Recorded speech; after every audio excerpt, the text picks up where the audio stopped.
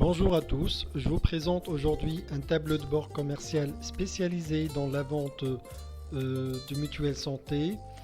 Bien sûr, c'est un exemple fictif pour représenter le fonctionnement de ce tableau de bord.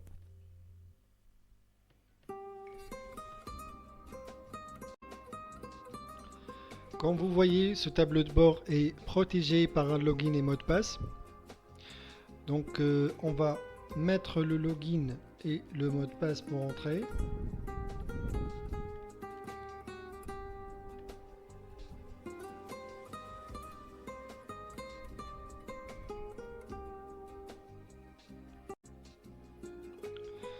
Comme vous voyez, le tableau de bord est composé d'un tableau récapitulatif qui représente le chiffre d'affaires et les charges de la société,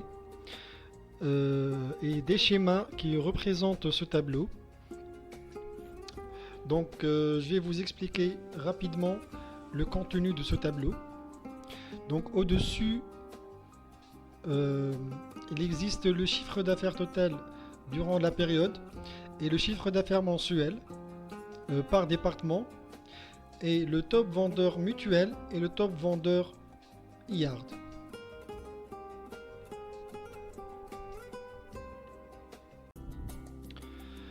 Il existe aussi deux barres horizontales qui représentent les années et les mois.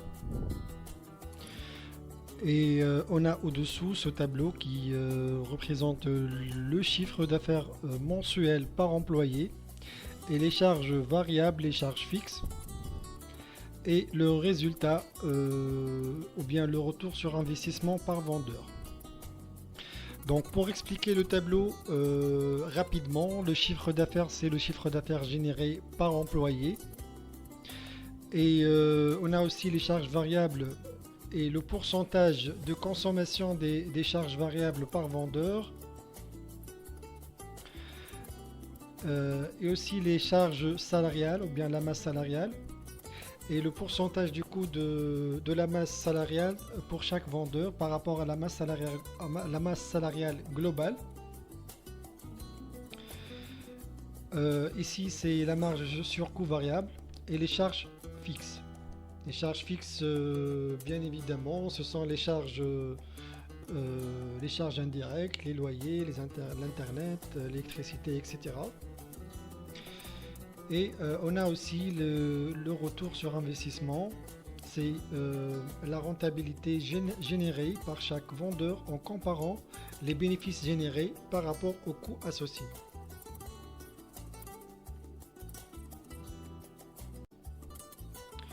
Pour meilleure précision, on a deux filtres qui peuvent nous aider à découvrir d'une façon plus précise les statistiques. Donc le premier filtre, c'est un filtre par groupe ou bien par département, et le deuxième c'est par vendeur. Donc ces filtres sont totalement dynamiques. Ils se changent selon les mois, comme vous voyez. Le classement aussi se change selon les mois. Voilà, donc finalement on a un classement pour les compagnies avec lesquelles on a fait ou bien on a réalisé un chiffre d'affaires. Voilà, on a fini la représentation de ce tableau. Merci pour votre attention et à bientôt.